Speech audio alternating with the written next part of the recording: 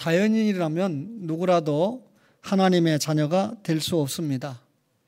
자연인은 하나님께서 용납할 수 없는 죄인이기 때문에 그렇습니다. 어떤 사람은 평생을 거쳐서 공로를 쌓고 선한 일을 많이 행한 사람이 있습니다. 그러나 그의 공로나 그의 선한 일이 하나님의 자녀로 만들 만한 사항은 되지 않습니다. 따라서 이 사람들이 가진 의로 하나님의 자녀가 될 수 없습니다. 오히려 자연인은 하나님을 싫어하고 하나님을 피해가려고 합니다. 오늘 읽어드린 본문 말씀을 보니까 죄를 명확하게 구별을 하는데 요한일서 5장 16절에 누구든지 형제가 사망에 이르지 아니하는 죄 범하는 것을 보거든 구하라. 그리하면 사망에 이르지 아니하는 범죄자들을 위하여 그에게 생명을 주시리라. 사망에 이르는 죄가 있으니 이에 관하여 나는 구하라 하지 않노라 라고 말씀을 합니다. 읽은 말씀에서 죄를 분명하게 구별하고 있지요. 사망에 이르는 죄와 사망에 이르지 않는 죄, 이렇게 구별을 합니다. 여기에서 사망은 지옥을 말합니다. 성경은 지옥을 말할 때 사망 혹은 멸망이라는 말로 표현을 합니다. 따라서 사망에 이르는 죄라고 하는 말은 멸망에 이르는 죄 혹은 지옥에 이르는 죄라고 고쳐서 말할 수 있겠지요. 말하자면 치욕으로 인도하는 죄가 사망에 이르는 죄입니다. 그러면 사망에 이르는 죄에 대해서 좀 더 말씀을 통해서 살펴볼까요? 영원히 짓는 죄가 사망에 이르는 죄인데 한마디로 말씀드리면 요한복음 16장 9절의 말씀대로 예수 그리스도를 구주로 영접하지 않는 불신앙의 죄가 사망에 이르는 죄입니다. 하나님께서는 인간이 스스로 구원받을 수 없음을 아시고 인간을 구원하시기 위해서 이 땅에 하나님의 아들이신 예수 그리스도를 보내주셨습니다. 예수님께서 오시기 전에 구약 성경에 보니까 456번이나 예수님이 오신다라고 예언을 통해서 말씀을 주셨습니다. 그 약속대로 예수님이 사람의 몸을 입고 이 땅에 오셨습니다. 그런데 사람들은 그 예수님을 인정하지 않고 예수 그리스도를 거절했습니다. 예수님을 인정하지 않고 거절한 결과는 천국에 이를 수가 없다는 것이죠. 말하자면 예수 믿지 않는 그 죄 때문에 지옥에 갈 수밖에 없다, 그 말입니다. 큰 빌딩에 화재가 났습니다. 신고를 받고 빌딩이다 보니까 소방차가 와도 별반 도움이 되지 않잖아요. 인명을 구조하기 위해서 헬리콥터가 떴습니다.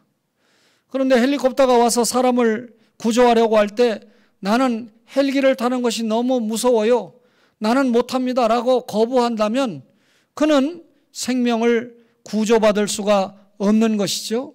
예수 그리스도가 이 땅에 오셨는데 그를 믿으면 생명의 구원을 받지만 그를 영접하지 않으면 구원받을 수 없는 것과 같습니다. 이런 불신앙하는 사람은 사실 하나님의 존재까지도 부인하죠. 성경 시작하는 첫 절에 태초에 하나님이 천지를 창조하시니라 그랬습니다. 도대체 하나님이 어떤 분이고 또 하나님이 존재하시는 분은 맞는가라는 의문을 가질 때 모세의 질문에 하나님은 출애굽기 3장 14절에서 나는 스스로 있는 자니라. 스스로 계신 하나님이 창조자였어요. 얼마나 전능하신 분입니까? 그런데 사람들이 이런 하나님을 이 마음에 두기를 거절합니다. 하나님이라는 개념조차도 싫어합니다. 사실 저도 조만간 할아버지가 될 텐데 이 태중에 있는 아기가 세상에 나올 때 가장 먼저 쓰는 용어가 뭡니까? 엄마라는 단어잖아요. 그런데 이 아이가 하나님이라는 용어를 먼저 구사할 수 있을 정도로 태중교육과 또 해산한 이후에 교육이 된다면 성공적인 신앙교육의 출발이 된다, 저는 확신하고 있습니다.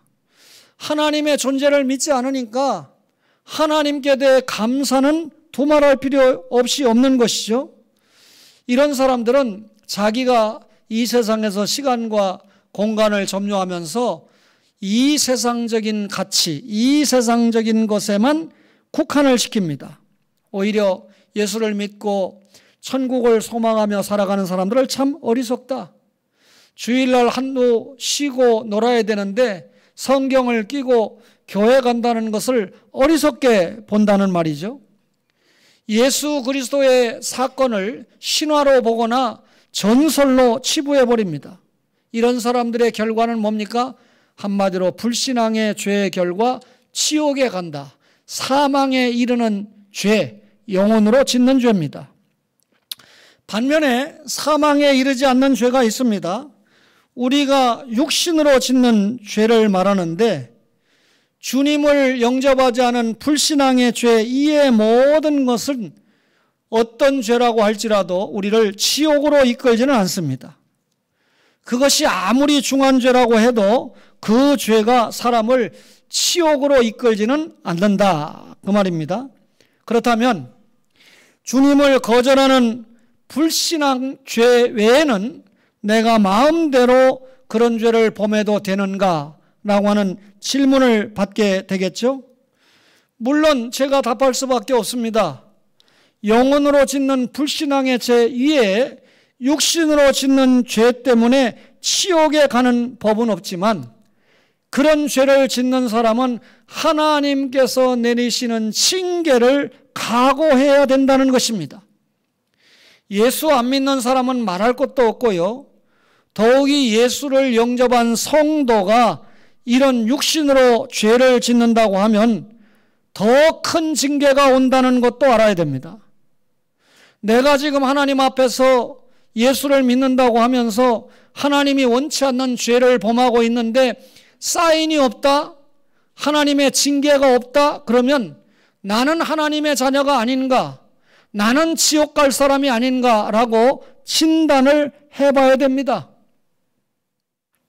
성도라고 불리우는 사람이 과중하고 지나친 죄를 범하였다면 우리는 그 사람을 성도라고 인정할 수가 없습니다.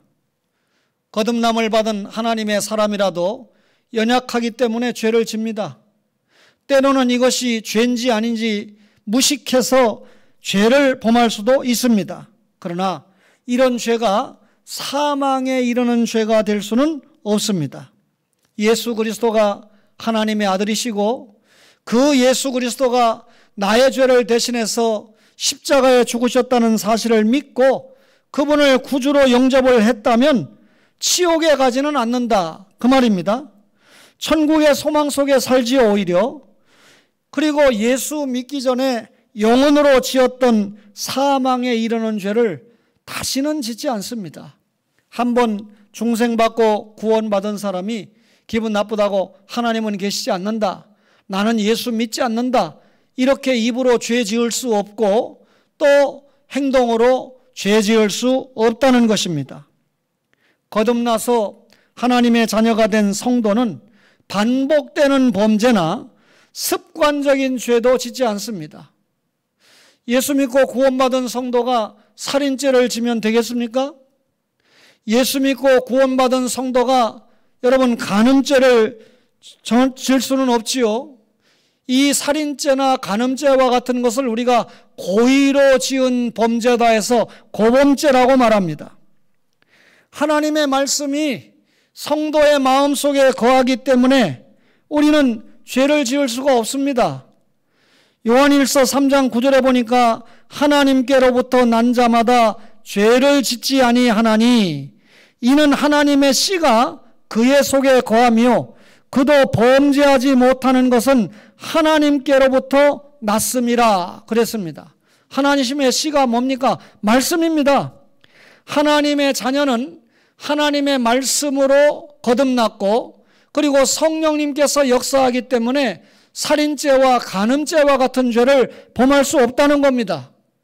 마귀의 자녀는 하나님의 말씀도 없고 성령의 내주와 인도도 없으니까 당연히 그런 죄를 습관적으로 지을 수 있는 것이죠. 영혼 속에 계시는 성령님이 결단코 예수 믿는 여러분과 저에게 살인죄나 간음죄와 같은 죄를 짓도록 하지 않습니다. 이유는 성도의 마음 가운데 하나님의 말씀이 좌정하고 있고 또 성령님께서 내주하시는데 어떻게 그런 죄를 지을 수 있겠습니까? 고의적인 죄를 어떻게 상습적인 범죄를 칠 수 있겠습니까? 만약에 부족하고 연약해서 그런 죄를 지었다고 해도 곧바로 성령님의 인도를 받아서 하나님 앞에 가슴을 찢고 눈물을 흘려서 회개할 수밖에 없다는 거죠. 회개했다는 게 무슨 말입니까? 지은 범죄를 다시는 반복해서 하지 않는다는 결단이 회개이지 않습니까? 거듭난 사람은 어떤 경우든지 죄와 싸워서 이길 책임이 있다, 그 말입니다. 따라서 성도로서 경륜이 있다, 이 말은 수많은 죄와 싸워 이기는 그런 경력이 있다, 그런 의미가 됩니다. 싸워서 이기면 성화가 이루어지고 그리고 성화가 이루어지는 중에 그 사람의 믿음은 성장합니다. 그렇게 믿음이 성장한 사람에게 하나님의 상급이 있고 예수 믿는 신자로서 인격이 갖추어지는 것입니다. 우리는 사망에 이르는 죄는 영혼으로 짓는 불신앙의 죄고 육신으로 사망에 이르지 않는 죄는 육신으로 짓는 죄다라고 하는 말씀을 받았습니다. 우리가 죄를 대신해서 기도해야 됩니다. 우리 성도의 가족 가운데 주님을 영접하지 않은 사람이 있을 수 있습니다. 여러분, 가족 가운데 예수 안 믿는 사람은 사망에 이르는 죄 범하고 있죠. 또 사망에 이르지 않는 죄도 동시에 짓고 있는 것입니다. 예수님을 구주로 영접하지 않고 회개하지 않으면서 사망에 이르는 죄와 사망에 이르지 않는 죄를 예수 믿지 않는 가족이 동시에 범하고 있다는 것이죠. 이를 바라보는 가족의 입장에서, 먼저 믿은 우리 입장에서 볼 때 얼마나 안타깝습니까? 따라서 사랑하는 가족을 위해서 대신 우리가 회개할 수 있습니다. 그런데 여러분, 어떤 죄를 회개할 수 있나요? 육신으로 지은 죄는 대신 회개할 수 있습니다. 다른 사람이 대신해서 회개하는 것이죠.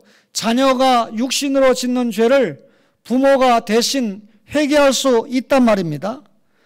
사도 요한은 타인을 위한 기도를 요한일서 5장 16절에 권면하고 있는 것인데, 범죄한 형제를 위해서 기도하는 것은 굶주리고 목마른 자에게 음식을 주고 마실 것을 주는 것과 같습니다. 이것을 저는 중보기도라고 말하지 않고 중재기도 혹은 대신기도라고 말하는데, 우리가 믿지 않는 가족, 육신으로 짓는 죄를 용서해달라고 계속해서 기도를 할 때 그 형제가 죄 고백의 필요성을 느끼게 되고, 그리고 용서의 필요성을 느끼게 되고, 그리고 돌아온단 말이죠. 그리고 오늘 성경에 보니까 생명까지 얻으리라 그랬는데, 제가 뭐 멀리 갈 것도 없이 우리 초원의 울타리 속에 있는 가족 가운데 자기는 교회 다니지 않고 예수 믿지 않았는데, 예수 믿고 보니까 어렸을 때 어머니가 혹은 아버지가 얼마나 엎드려서 나를 위해서 기도하는 거 그렇게 들었는데, 그 기도를 응답받고 죄 용서받고 하나님의 자녀가 된 것 같아요 라고 고백하는 성도를 제가 종종 만나보았습니다. 대신 회개하면 하나님께서 어느 정도는 죄를 용서하시고 그 가정에 내리시는 징계를 거두실 수가 있고, 또 용서하신 후에 생명의 복도 누리시게 할 수 있습니다. 믿지 않는 가족을 위해서 기도하는 것이 중요하다, 그 말이죠. 물론 우리가 가족만을 위해서 기도하는 것이 아니라 친척을 위해서도 기도하고, 또 민족을 위해서도 기도하고, 이웃을 위해서도 기도할 수 있습니다. 예수 믿지 않는 민족을 위해서도 우리가 이 믿음의 형제들이 기도해야 됩니다. 구약의 이스라엘 백성들이 가장 존중하는 인물 가운데 한 분이 모세이지 않습니까? 그는 이스라엘 백성을 애굽에서 인도했습니다. 3개월 만에 시내산에 도착했을 때 하나님 앞에 이 율법까지 받아서 전한 분인데, 이 시내산에서 율법을 받으러 올라갔을 때 아론을 위시한 백성들이 금송아지 우상을 만들지 않았습니까? 하나님께서 이 백성들을 보폐하고 목이 뻣뻣한 백성이다 하면서 모세에게 말합니다. 내가 저들을 다 멸절하고 너를 통하여 새 나라를 형성하겠다, 이렇게 말씀합니다. 모세 입장에서 깜짝 놀랐습니다. 사실 이 불량한 사람 같으면 이 노아 시대를 생각할 거예요. 노아 시대 때 하나님의 아들들과 사람의 딸이 혼합하니까 하나님이 물심판을 계획하셨죠. 그리고 그 시대 다 심판을 당하고 예수 그리스도를 보내겠다는 약속을 지키기 위해서 노아와 8가족만 생존하게 하지 않았습니까? 그래서 노아가 새 인류의 조상이 됐습니다. 지금 범죄한 이스라엘 백성을 다 쓸어버리고 다시 모세를 통해서 새 인류를 형성하면 모세는 예수 그리스도의 직계 조상이 될 뿐만 아니라 모세는 새로운 인류의 조상이 될 수 있는 기회를 부여받게 되는데, 하나님 안 됩니다. 하나님께서 우리 조상 아브라함과 이삭과 야곱에게 약속하지 않았습니까? 땅을 주고 씨를 주고 그 나라가 번성하고 그리고 이 제사장 나라 거룩한 백성 삼겠다고 약속하시지 않았습니까? 그런데 이게 웬 말입니까? 하나님, 저들의 죄를 용서해 주시고 맹렬한 노를 그치시고 뜻을 돌이키시고 화를 돌이켜 주세요. 말하자면 민족의 범죄를 용서해 달라고 기도했을 때 하나님이 민족의 범죄를 용서해 주셨습니다. 눈물의 선지자 예레미야가 하나님의 말씀에 불순종하고 이웃 나라를 통해서 징계의 매를 받는 백성들을 위하여 회개시켜 달라고 기도했습니다. 포로로 끌려갔던 다니엘도 민족이 지은 범죄를 앞에 내어놓고 얼마나 중재의 기도를 했는지 모릅니다. 이스라엘 백성 가운데 최고의 학자 가운데 한 사람인 사무엘이 민족을 위해서 기도하는 것을 쉬는 것은 죄가 된다라고까지 고백을 했습니다. 그러니 우리가 가족의 죄를 위해서 회개하는 기도 늘 우리가 열심히 해야 되겠죠. 여러분, 우리 민족이 지금 영혼과 육신의 깊은 죄를 짓고 있는 것을 보게 됩니다. 불신자는 말할 것도 없고 예수 믿는 신자들도 그래요. 여러분, 반만년의 역사가 있다고 그러는데 우리 위에 이 조선이나 고려, 삼국시대를 고려해 볼 때 세계 속에 우리가 역량을 발휘할 만한 거 솔직하게 별로 없었잖아요. 세계 속에 무슨 역량을 우리가 발휘했습니까? 그저 살기 바빴죠.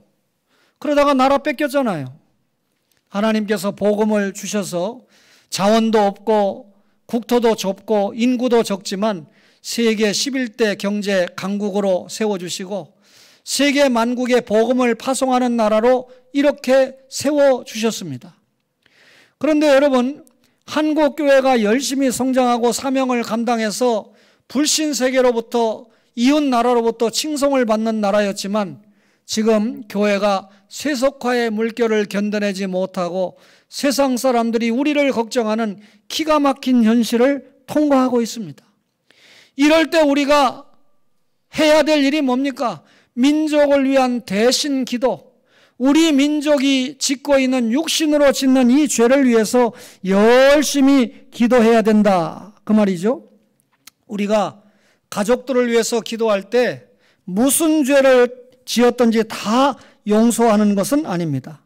사망에 이르지 않는 죄는 용서해 주시지만 사망에 이르는 죄에 대해서는 오히려 대신 기도하지 말라 그랬습니다. 이유는 하나님께서 불신앙의 죄는 결코 용서하지 않기 때문에 그렇습니다. 그럼에도 우리는 불택자가 누군지 택자가 누군지를 알지 못하기 때문에 이 문제도 사실 우리가 기도하고 있는 경우가 있지요. 어떤 경우든지 사망에 이르는 죄와 사망에 이르지 않는 죄를 정확하게 기억하시고 사망에 이르지 않는 죄를 범하고 있는 형제와 이웃을 위해서 여러분과 저가 열심히 대신해서 기도해야 됩니다. 그러면 의의 구별에 대해서 생각해 볼까요? 오늘 제가 설교한 이 본문은 죄의 구별을 정확하게 말하고 있지만 어떤 성경을 읽어도 이 본문처럼 의의 구별을 말하고 있는 성경은 없습니다. 그러나 죄의 원리를 설명받았기 때문에 이 말씀을 통해서 여러분의 목사가 의의 원리를 여러분에게 전할 수 있는 것이죠. 천국에 이르지 않는 의가 있습니다. 사람들은 천국에 이르지 않는 의, 이것을 인간의 의라고 말하는데 마치 인간의 의가 천국에 이르는 의로 생각을 합니다. 천주교는 당연히 이렇게 믿었기 때문에 인간들이 가지는 공로 때문에 천국에 갈 수 있다고 면죄부도 팔고 또 이 성상을 숭배하고 성인을 숭배하는 사상을 갖게 하지 않았습니까? 잘못된 성경관입니다.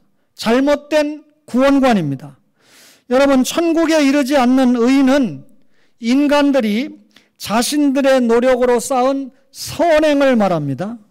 어떤 사람은 일생 동안 자기 자신은 물론 다른 사람에게도 부끄러움이 없이 살아간 사람들이 있습니다. 그 사람이 중생은 받지 못했다 할지라도 누가 봐도 저 사람은 정말 착하고 어질게 산 사람이다.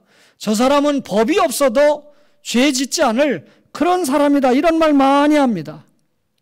때로는 그 사람을 칭송하면서 아마 저 사람은 틀림없이 좋은 데 갔을 거야. 천국은 저런 사람을 위해서 있는 거지 누구를 위해서 천국이 있겠어. 그만큼 착하게 살았다는 것을 인정하는 것이죠. 그리고 정작 본인도 스스로 그렇게 믿으면서 나 같은 사람은 착하게 살았으니까 천국에 갈 거야 라고 생각할 수 있습니다. 그러나 우리 분명하게 알아야 됩니다. 인간이 아무리 착하고 선하게 살았다고 해도 그 선행 자체가 천국에 이르는 의가 아니라는 겁니다. 여러분, 우리가 이 어떤 연속곡 같은 걸 많이 신청해 주면 그 연속곡에 나온 배우들 몸값이 하늘로 치솟게 됩니다. 그래서 저는 하춘아 씨가 예수를 믿는 사람인지 아닌지 확실히 몰라요. 갑자기 오늘 생각난 일이기 때문에. 그런데 가수로서는 가장 많은 액수를 기부했대요. 그리고 두 번째가 장나라랍니다. 장나라는 예수 믿는 딸인 거 제가 정확하게 알아요. 그 아버지가 그 딸을 어떻게 신앙으로 교육했는가까지도 제가 알아요. 그런데 하춘아 씨는 예수 안 믿는 사람으로 알고 있는데 만약에 믿는다면 제가 정정을 해야 되겠죠. 그러나 그렇게 많은 기부를 하고 착한 일을 하기 때문에 그분이 나와서 노래하는 걸 제가 들으면 끝까지 들어주거나 들어줄 용의가 있습니다. 몸값이 올라가야 되니까. 그래야 기부도 많이 하니까. 그런데 여러분 여타의 다른 불신 가수들이 하면 별로 들어줄 마음 없습니다. 오해하지 마세요. 여러분, 아무리 착한 일을 많이 하고 기부를 많이 하고 남들이 칭송하는 그런 일들을 많이 했다고 해도 그 인간의 의 때문에 천국에 가는 것은 결단코 아니라는 것입니다. 인간 세상에서 어떤 최고의 가치를 추구한 선을 행했다 할지라도 여러분, 그것은 인간과 인간을 비교하는 데서 오는 선일 뿐입니다. 제가 방금 이름까지 거명을 한 두 명의 가수가 다른 가수나 다른 연예인이나 다른 사람들보다 혁혁하게 착한 일을 했다, 그 말을 이야기한 거잖아요. 초등학교 1학년짜리가 공부를 아주 잘합니다. 얼마나 잘하는지 늘 1등만 해요. 그러면 그 아이가 1등 한다는 것은 초등학교 1학년 수준에서 비교할 때 1등한 겁니다. 초등학교 1학년짜리가 1등 한다고 수능고사 보면 바로 좋은 성적 얻어서 대학을 합격할까요? 그러지 않습니다. 단순 비교죠. 따라서 인간의 선이 인간에게는 인정받을 수 있을지 몰라도 하나님의 표준으로 볼 때는 그것이 선이 아니라는 것입니다. 여러분, 인간의 의가 1학년짜리가 1학년을 비교해서 얻은 그런 인정과 같은 그런 수준에 불과하다, 그 말입니다. 비록 천국에 이를 수는 없는 의지만 예수 믿는 사람의 의가 아니니까요. 그러나 하나님은 인간이 행하는 의나 인간이 행하는 선행을 굉장히 귀하게 보십니다. 하나님은 인간의 선행을, 하나님은 공의로운 분이기 때문에 반드시 보상하십니다. 그런데 보상하는데 그냥 그 사람이 행한 선만큼 보상하는 게 아니라 제가 볼 때 수백 배, 수천 배로 보상을 하십니다. 여러분 역사를 잘 연구해 보면 여러분 하나님께서 공의롭게 이 정의로운 사람들에게 많은 보상을 합니다. 우리 권선징악이라는 말을 잘 알지요. 이 역사를 보면 권선징악의 사상이 대체적으로 잘 흘러갑니다. 하나님께서 신자는 뭐 말할 것도 없지만 불신자까지라도 그들이 육신으로 행하는 선행에 하나님이 보상하신다. 이게 권선징악입니다. 우리 2021년 거의 마무리를 하고 있는 중인데요. 올해도 6개 분야에서 13명이 노벨상을 수상을 했습니다. 그 가운데 가장 유명한 노벨 평화상을 수상하기도 했지요. 이런 상을 수상했다고 천국에 가겠습니까? 세계 평화를 위해서 기여한 사람인데 이 사람 하나 천국에 보내주면 얼마나 좋겠어요. 그러나 노벨 평화상을 탔다고 천국에 가는 거 아닙니다. 이런 상을 받고 사람들에게 추앙을 받고 또 그렇지만 하나님께서 여러 가지로 그 사람들에게 세상적인 복을 채워준 겁니다. 이미 그의 선행과 그의 공로에 대해서 하나님은 뭘로 보상했습니까? 사람들이 그렇게 인정하고 추앙하는 노벨상을 받는 것으로 이미 권선징악, 심은대로 거둔 결과에 보상을 해 주셨다 그 말입니다. 그런데 그런 노벨상을 받았다고 해도 예수 그리스도를 믿지 않았다고 그러면 그는 지옥에 이르는 죄를 갖고 있는 것입니다. 오히려 여러분 노벨상을 받을 만큼 사람들에게 칭송을 받을 정도니까 자신의 그 공적과 선행 때문에 오히려 예수님을 불신하고 자기 일에만 집착했을 수도 있습니다. 그렇지만 예수를 믿지 않는 불신앙 때문에 그는 천국에 이르는 의의를 가지고 있지 못했을 뿐만 아니라 지옥에 이르는 죄 때문에 그는 결단코 천국에 갈 수가 없는 것입니다. 사실 인간이 이 귀한 진리를 바로 깨닫는다면 자신이 어떤 선행을 한다고 해도 겸손할 수밖에 없어요. 왜? 그 착한 선행 때문에 천국 영생을 보장받는 것이 아니기 때문에 그렇습니다. 그렇기 때문에 이 진리를 안다면 오늘 사망에 이르는 죄와 사망에 이르지 않는 죄를 안다면 자신이 선행을 하면서도 이 진리 앞에서 자신이 죄인임을 깨닫고 하나님 앞에 가슴을 치면서 살게 될 것입니다. 인간의 부패성을 깨달으면서 가슴을 치는 삶의 자세가 사실은 가장 높은 선행의 길이 될 것이다 그 말이죠. 그러면 천국에 이르지 않는 의의를 말씀을 드렸는데 반대로 천국에 이르는 의의는 뭘까요? 그것은 하나님의 의입니다. 많은 사람들이 지옥에 이르는 죄를 경시하는 것처럼 천국에 이르는 의의도 경시합니다. 이 의의는 인간 스스로가 이룬 의의가 아닙니다. 그리스도께서 예언대로 율법 아래 나셨죠. 그리고 죄 삭은 사망이라는 율법의 요구를 다 이루셨습니다. 이 그리스도의 의에 힘입어서 우리가 천국에 이르는 의의를 덧입는 것입니다. 따라서 창세기 3장 15절 이하의 어떤 진리도 예수님의 십자가와 부활을 통과하지 않고는 구원에 이르는 의, 천국에 이르는 의를 얻을 수가 없는 것입니다. 이 의에 의해서만 천국에 갑니다. 주님이 입혀주신 의야말로 우리가 그를 믿음으로 받는 의가 되는 것입니다. 이것은 인간의 선행에 의해서 입혀진 의가 아니고 여러분 자신이 스스로 착한 일을 해서 덧입는 의가 아니고 그리스도의 의를 갈망하는 이에게 입혀지는 하나님의 의가 되는 것입니다.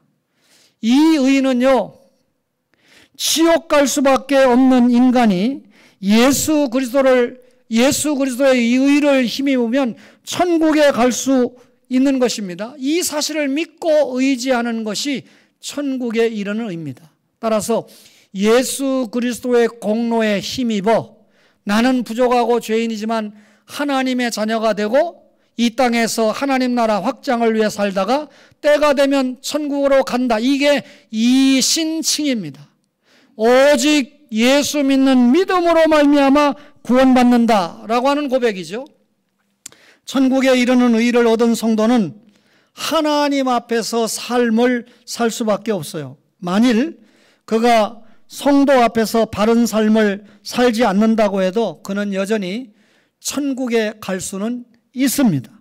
이는 인간의 선행이나 인간의 의가 천국에 이르는 것은 아니기 때문에 그렇습니다. 여기까지 설교를 듣고 그래 내가 뭐 영원히 이미 중생의 씨를 받고 구원받았는데 그거 좀 이 물질적인 죄나 간음죄를 좀 짓고 살인죄를 줘도 사기 좀 쳐도 그건 뭐 지옥 가는 게 아니니까 별 문제가 되겠어? 고린도전서 3장은 확실하게 선언합니다. 너희 믿음은 검은 보석의 믿음이 있고 나무 풀집의 믿음이 있다. 여러분, 이 주님이 재림하실 때는 물심판 아니고 불심판입니다. 불심판과 함께 검은 보석 타요 안 타요? 안 탑니다. 나무 풀집은 타요 안 탑니까? 다 타버립니다. 검은 보석은 구원 얻는 믿음이고 나무 풀집은 구원받지 못하는 지옥 가는 믿음이다? 아닙니다. 다 천국 가는 믿음입니다. 그 비유는. 그런데 검은 보석은 그 믿음이 인정을 받았기 때문에 천국에 가는 의를 받아서 선행을 많이 쌓은 성화의 열매, 사명의 열매가 있기 때문에 그 업적이 타지 않고 하나님께서 상급으로 갚아주신다라고 하는 것이 검은 보석의 믿음이고, 나무 풀집의 믿음은 겨우 세상말로 턱걸이에서 천국 가는 본전 구원, 부끄러운 구원을 받으니까 천국에 가도 자기가 받을 상급은 보이지 않는다는 겁니다. 그래서 여러분, 구속을 받고 하나님 나라 일꾼으로 대충대충 살아갈 수 없는 겁니다. 사람들에게 치탄받으면서 살아갈 여유가 우리에게 없어요. 잘하였도다 착하고 충성된 종이라는 칭찬받는 신앙생활을 해야 검은 보석의 믿음으로 인정을 받는다, 그 말입니다.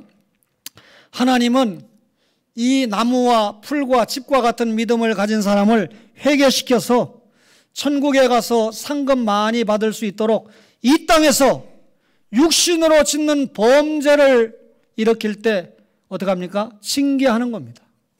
여러분, 간증거리를 내놓는 사람들 보면 열의 아홉은 다 뭡니까? 내가 신앙생활 잘 못하다가 이렇게 얻어터졌다. 범죄하다가 하나님 앞에 인터넷으로 공개 망신당했다. 내가 이렇게 하다가 그만 목사, 장로의 어떤 이 직분으로 존경받던 모든 것이 하루아침에 날아갔다. 이런 사람들이 다시 회개하고 주님 앞에 돌아오니까 하나님이 이렇게 회복시켜줬다. 이게 간증이거든요. 그러면 간증이 분명하게 되려면 자신이 사망에 이르는 죄가 아닌 사망에 이르지 않았던 죄를 범했던 것을 나열할 수밖에 없습니다. 사실은 부끄러운 일이죠. 여러분, 간증에 열광하지 말고 말씀에 열광을 해야 됩니다. 여러분, 이렇게 이 사망에 이르지 않는 죄를 범하는 성도를 회개시키기 위해서 하나님께서 징계한단 말입니다. 만일 성도가 바르고 참된 삶을 하나님께 살아드린다면 그에게는 성화의 열매가 맺히게 될 것입니다. 우리 구원받았잖아요. 하나님의 자녀가 됐잖아요. 그러면 구원받은 그 순간 착하게 사는 것을 우리가 성화라고 그러는데, 선행은 성화와 정비례합니다. 예수 믿고 구원의 감격 속에 착한 일을 많이 하면 그것이 성화의 열매가 되는 것이고, 그 성화 속에 우리가 사명을 감당하지 않습니까? 따라서 구원받은 신자는 하나님 나라 확장에 아름답게 사용을 받아야 되는데, 성경 어디를 봐도 처음 하나님 나라 확장은 가정부터입니다. 그리고 이 아담과 하와가 가정사역에 실패해서 구속의 과정을 통해서 다시 하나님 나라를 확장시킬 때 구약 이스라엘, 구약 교회죠. 신약의 교회, 그 중에 하나가 초원교회, 초원교회 운동을 통해서 우리가 구속받은 신자가 하나님 나라 일꾼으로 사명을 감당하는 것입니다. 이것이 상급을 많이 받는 일과 직결이 된다는 것이죠. 여러분, 그저 예수 믿고 구원받았다 하는 정도로 만족하지 마시고 하나님의 자녀로서 성화를 많이 이루고 사명의 열매를 꽃피워서 그날 주님 앞에 영원한 상급을 확인하는 여러분과 저가 되기를 간절히 바랍니다.